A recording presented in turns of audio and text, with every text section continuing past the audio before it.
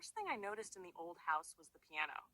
It sat in the living room beneath a dusty sheet, hulking and silent, like a monument to something forgotten.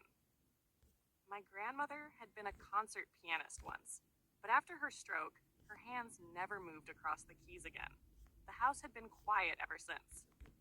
Up in the attic, while sorting boxes of sheet music yellowed with age, I found a small silver music box, its surface tarnished, its winding keys stiff. Inside was a note, written in my grandmother's looping hand, for when the music stops. I wound it carefully. Nothing. Not a single note. Irritated, I set it on the piano's lid and kept sifting through the debris of her life. Nearly an hour later, a sound cut through the silence. One clear piano note. I froze. The music box hadn't moved. Slowly, I lifted the piano's cover.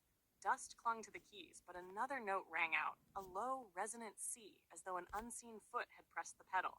Then more notes followed, measured and deliberate. They weren't random.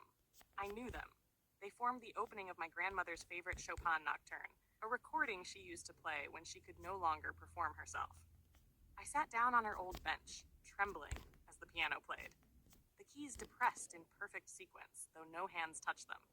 The house, silent for a decade, swelled with the music she had once filled it with. The final chord rang out and lingered, a sound so rich it seemed to press against the walls. Then it faded, leaving behind a silence that was no longer empty, but alive. The music box whirred suddenly, as if awakened, and played the same nocturne in delicate, tinkling tones. It hadn't needed winding. It had been waiting for the song to return home. I never covered the piano again. Sometimes, late at night, a single note will sound as I pass. Not a song, not even a fragment. Just a greeting.